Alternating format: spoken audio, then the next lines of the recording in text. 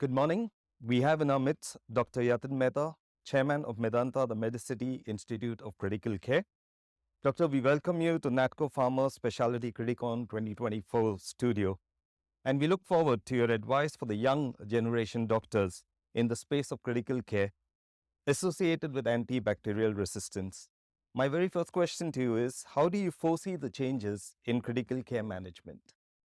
See, first of all, over the last 20 years, what I'm seeing is recognition of the specialty, which has primarily happened, I think, because of COVID also. The public has realized what the specialty is all about and how many lives it can save.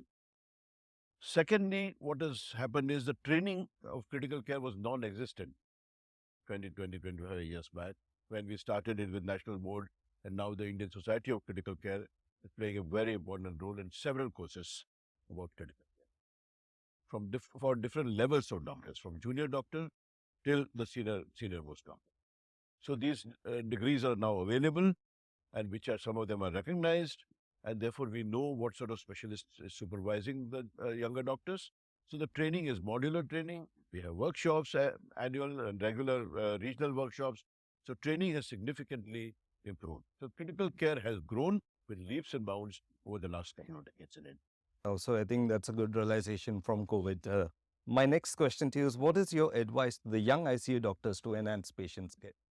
Most important thing for the young doctors to see, never look at your watch.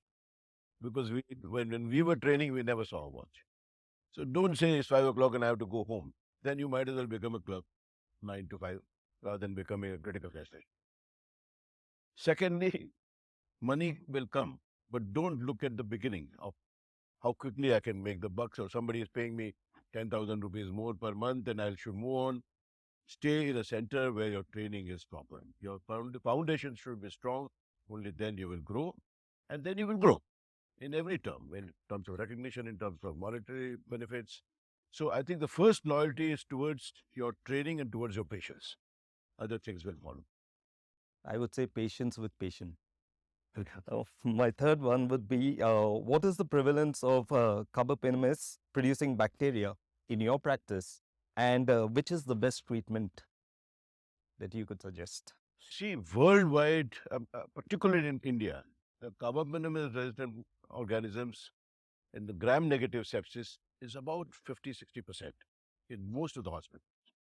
And that is because not only the public health systems are not very good, pollution, water contamination is there, sewage contamination is there, food hygiene is not good, and most inappropriate use of antibiotics at the periphery.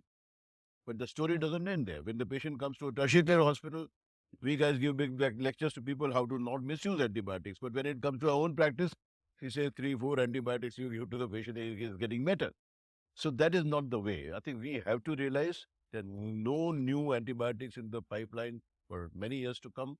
And we have to fight this menace by appropriate choice of your antibiotics. Don't misuse, don't fire all the bullets unnecessarily.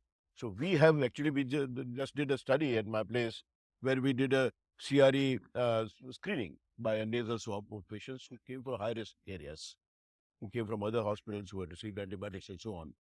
And we found a significant of them were carrying CRE.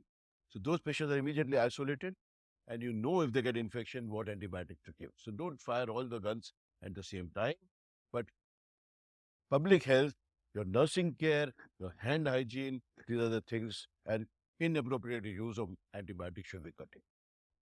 Thank you so much for that insight, Dr. Yatin Mehta, and thank you for your time at Natco Pharma Specialty. We wish you all the best.